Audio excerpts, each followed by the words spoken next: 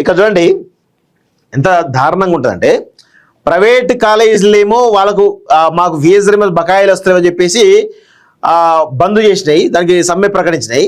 So already దానికి సంబంధించి మొన్నటి నుంచి కూడా బట్టి విక్రమార్క ఆధ్వర్యంలో చర్చలు జరుగుతూ ఉన్నాయి. సో దానికి ఆల్రెడీ ప్రభుత్వం కూడా ప్రస్తుతం ఉన్నటువంటి ఈ 2 సంవత్సరాల బకాయిలు ఏవైతే ఉన్నాయో 1200 కోట్లు 600 కోట్లు ఇప్పుడు ఇస్తాం, 600 కోట్లు దివాళికి ఇస్తామని చెప్పేసి ప్రభుత్వం ఒప్పుకున్నది. సో ఈ క్రమంలో వీళ్ళు ఏం చేస్తారు చూడండి, ప్రైవేట్ కాలేజీల అక్రమాలకు చెక్కు అంటే ఇప్పుడు ఏం చేస్తున్నారు, 600 కోట్లు ఇచ్చేసి భయపెడతా ఉన్నారు. ఇక భయపెడుతున్నారు కాలేజీలని.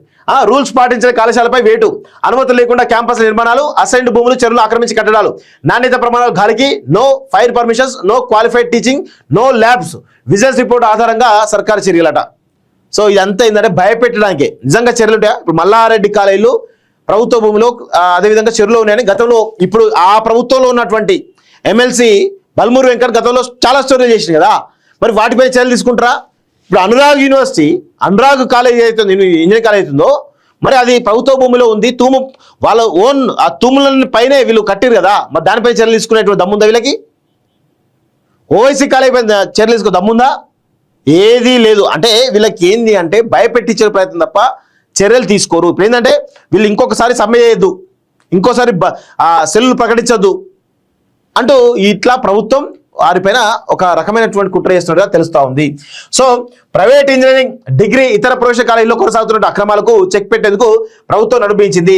అందుకోసం బీఆర్ఎస్ హయాంలో విజిలెన్స్ కమిషన్ ఇచ్చినటువంటి రిపోర్టు ప్రాతిపదిక తీసుకోవాలని భావిస్తున్నది. ఏ కాలేజీలో ఎలాంటి అక్రమాలు జరుగుతున్నాయో కమిషన్ తన రిపోర్ట్లో పేర్కొన్నది. ఇప్పుడు విజిలెన్స్ బీఆర్ఎస్ హయాంలో ఇచ్చిన విజిలెన్స్ రిపోర్ట్ ఏదో అది వాళ్ళకి మల్లారెడ్డి గురించి ఎందుకు ఇస్తుంది, అనురాగ్ యూనివర్సిటీ గురించి ఎందుకు ఇస్తుంది, ఆ బీఆర్ఎస్ పార్టీ నాయకుల విద్యాసంస్థల గురించి ఎందుకు ఇస్తుంది? వాటి నెగిటివా?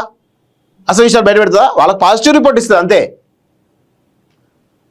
సో అడుగడుగున ఉల్లంఘనలే అట. మరి అడుగడుగున ఉల్లంఘనలు అయితే ఎందుకు మరి చర్యలు తీసుకోవట్లేదు? మీరు భయపెడుతున్నారు వాళ్ళని, ఆ విద్యాసంస్థలు అన్నింటినీ భయపెడుతున్నట్టు కనబడతా ఉంది తప్ప ఏదీ లేదు ఇక్కడ.